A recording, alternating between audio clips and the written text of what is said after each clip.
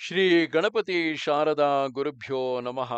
ಯತ್ರ ಯೋಗೇಶ್ವರ ಕೃಷ್ಣೋ ಯತ್ರ ಪಾರ್ಥೋ ಧನುರ್ಧರಃ ತತ್ರ ಶ್ರೀ ವಿಜಯ ಭೂತಿರ್ಧ್ರುವ ನೀತಿರ್ಮತಿರ್ಮಮ. ಶ್ರೋತೃಗಳಿಗೆ ಶ್ರೀ ಅಳಸಿಂಗರಾಚಾರ್ಯ ವಿರಚಿತ ಶ್ರೀ ವ್ಯಾಸ ಮಹರ್ಷಿ ಪ್ರಣೀತ ಶ್ರೀಮನ್ ಮಹಾಭಾರತದ ಶಾಂತಿ ಪರ್ವದಲ್ಲಿ ಪೌರೋಹಿತ್ಯಕ್ಕೆ ಯೋಗ್ಯರಾದ ಬ್ರಾಹ್ಮಣರ ಗುಣಗಳನ್ನು, ನಾಲ್ಕು ವರ್ಣಗಳ ತಾರತಮ್ಯಗಳನ್ನು ತಿಳಿಸಿದುದು ಎಂಬ 72ನೆಯ ಅಧ್ಯಾಯಕ್ಕೆ ಸ್ವಾಗತ.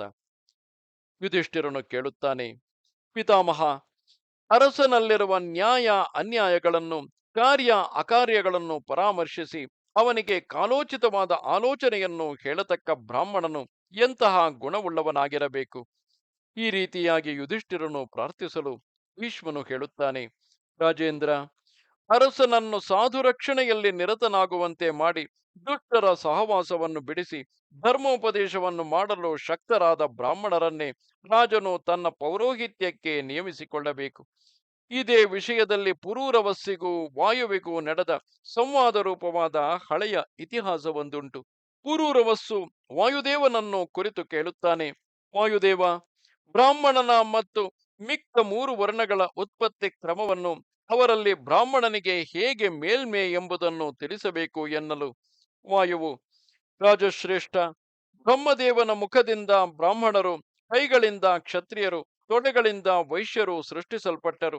ಅದಕ್ಕೆ ಮೇಲೆ ಹಿಂದೆ ಹೇಳಿದ ಆ ಮೂರು ವರ್ಣದವರ ಸೇವಾವೃತ್ತಿಗಾಗಿ ನಾಲ್ಕನೆಯ ವರ್ಣವೊಂದನ್ನು, ಅಂದರೆ ಶೂದ್ರರನ್ನು, ಬ್ರಹ್ಮದೇವನು ತನ್ನ ಪಾದಗಳಿಂದ ಸೃಷ್ಟಿಸಿದನು.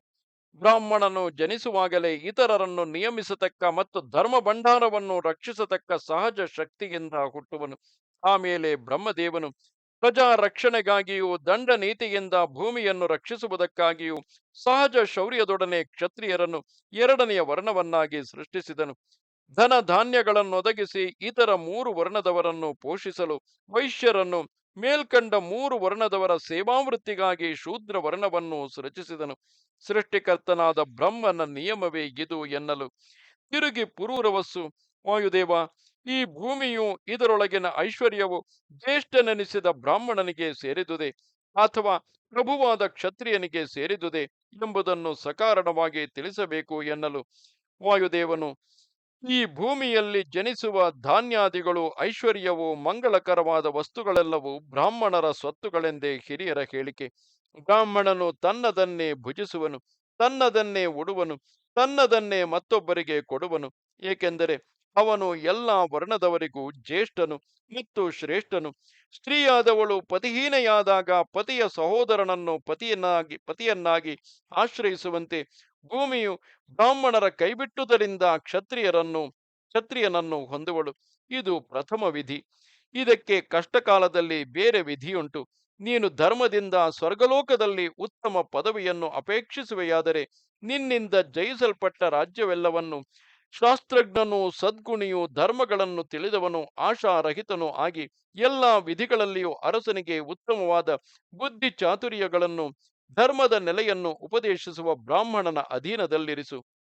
ಸತ್ಕುಲದಲ್ಲಿ ಹುಟ್ಟಿದವನು, ಜ್ಞಾನಿಯು, ಮೃದು ಭಾಷಿಯು, ಸಾಹಸಿಯೂ ಆದ ಬ್ರಾಹ್ಮಣನು ಆಶ್ಚರ್ಯಕರವಾದ ತನ್ನ ಬುದ್ಧಿಚಾತುರ್ಯ, ವಾಕ್ಚಾತುರ್ಯಗಳಿಂದ ರಾಜನನ್ನು ಕ್ಷೇಮದಲ್ಲಿ ಇರಿಸಬಲ್ಲನು.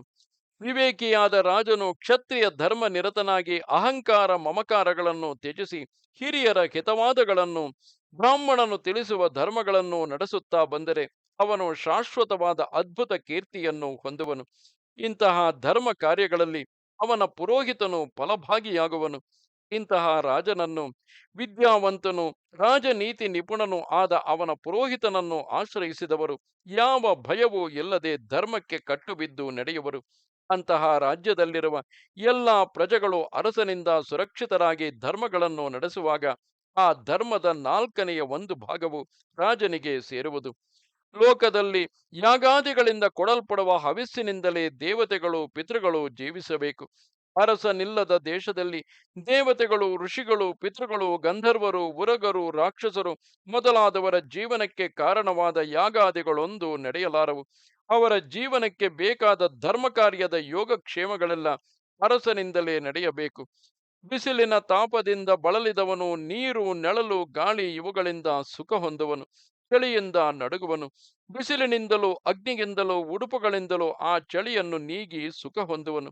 ಶಬ್ದ, ಸ್ಪರ್ಶ, ರೂಪ, ರಸ, ಗಂಧಗಳಿಂದ ಮನಸ್ಸನ್ನು ಸಂತೋಷಗೊಳಿಸಬಹುದಾದರೂ ಭಯಗ್ರಸ್ತನಿಗೆ ಈ ಯಾವ ಸುಖವು ಅನುಭವಕ್ಕೆ ಬಾರದು. ರಾಜನಿಂದಲೇ ಪ್ರಜೆಗಳಿಗೆ ಆ ಭಯವು ನೀಗಬೇಕು.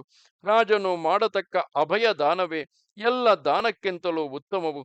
ಪ್ರಾಣದಾನಕ್ಕೆ ಸಮಾನವಾದ ದಾನವಿಲ್ಲ. ಅಂತಹ ದಾನ ಮಾಡುವವನೇ ಇಂದ್ರನು, ರಾಜನೇ ಯಮನು, ರಾಜನೇ ಧರ್ಮದೇವತೆ. ಹೀಗೆ ರಾಜನು ಅನೇಕ ರೂಪಗಳಿಂದ ಪ್ರಜೆಗಳನ್ನು ರಕ್ಷಿಸುವನು.